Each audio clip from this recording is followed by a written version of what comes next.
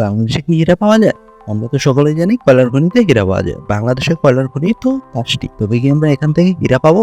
এসব নানান প্রশ্ন আমাদের মনের মাঝে ঘুরপাক খায়। আজকে আমরা এসব প্রশ্নেরই উত্তর দিতে চলেছি। তো স্বাগতম বন্ধুরা জাদুঘরের আরেকটি নতুন এপিসোড। প্রথমে আমরা বাংলাদেশের কয়লার খনি সম্পর্কে জানবো। বাংলাদেশে মোট 5টি কয়লার খনি আছে। এগুলো হচ্ছে বড়পুকুরিয়া, দিঘিরপাড়া, ফুলবাড়ি, খালাসপীর, জামালগঞ্জ। কিন্তু আমরা শুধু কয়লা উত্তোলন করতে পারি একটি থেকে। এখন প্রশ্ন হচ্ছে বাকিগুলো থেকে কেন পারি না? যদিও সব থেকে কম কয়লার মজুদ আছে বড়পুকুরিয়াতে। এর কারণ হচ্ছে কয়লার উত্তোলন করলে পরিবেশের ক্ষতি হয়, যার প্রভাব পড়ে কৃষি জমিতে, সাথে সাথে ভূমিধসেরও সম্ভাবনা আছে। আমরা যেভাবে কয়লার উত্তোলন করছি, এভাবে কয়লা উত্তোলন করলে শুধু বড়পুকুরিয়া থেকেই আমরা উত্তোলন করতে পারবো 500 বছর। তাহলে ভাবুন বাকিগুলো থেকে কত বছর আমরা কয়লা উত্তোলন করতে পারবো।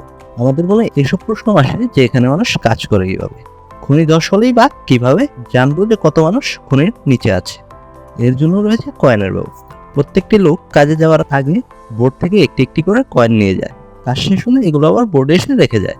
এতে খনিতে কতজন কাজ করছে তা ভালোভাবেই কাউন্ট করা যায় এবং খনিতে ধস হলে সহজেই তা বের করা যায়।